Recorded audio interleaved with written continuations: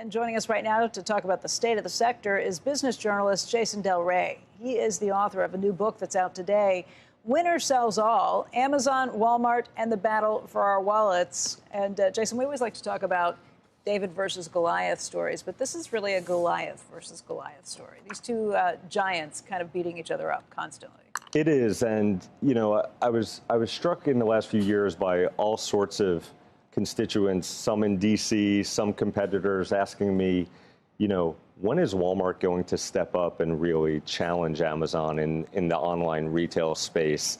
And like you said, it is in many ways a Goliath versus a Goliath, but I think it's also just maybe the greatest case study in modern history at the innovator's dilemma and Walmart trying to combat that. Meaning what? Meaning that they have to kind of rip up their playbook and...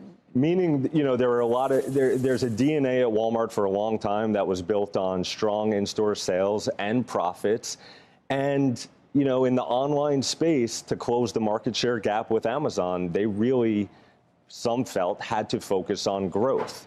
And so there was... McMillan has done that to a pretty large extent. Now, I've been surprised at what he's done. In the most recent years, I think he has had a lot of success in that. They've now merged the teams, the online and the stores teams. Previously, there was a whole bunch of incentive disparities where leaders on brick and mortar would have profit-driven, you know, bonuses, and entrepreneurs like Mark Laurie, who was at Walmart for many years, would have growth incentives. And so for a few years, that was really bumpy. But right now, you know, last couple of years, with the help of the pandemic, they've been figuring out this omni-channel strategy. Okay, let's talk a little bit about what we have been hearing recently, and that is this idea that shrinkage, theft, has gotten way worse just in terms of the numbers that are being put up. And if you talk to a lot of these retail CEOs, they will tell you that it is organized crime rings that are coming in and doing this, not just people walking out the door with things, but organized crime rings where they come in, they steal a lot of big ticket items, and then they're able to sell it places like Amazon, places like Marketplace, and potentially even eventually some places like what Walmart and others are doing. Yeah, so Amazon, you know, they created this incredible marketplace for consumers where the selection is infinite, right?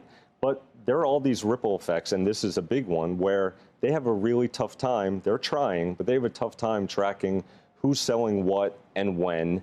And, you know, they'll put out some press releases when they partner with law enforcement and wanting credit for, you know, putting some of it, stopping some of it. Wait a second. We want credit for stopping some of the fencing operation that's taking place on our site. I know it's tough, but okay, you're profiting off of this. Not only are you not stopping this, you're making a profit off of every stolen piece of goods that's sold. They made a bet years ago that they were going to pursue growth of the marketplace and selection above just about all else. And this is what happens. Now, Walmart had a chance to really choose a different path with their marketplace approach online. I thought they might.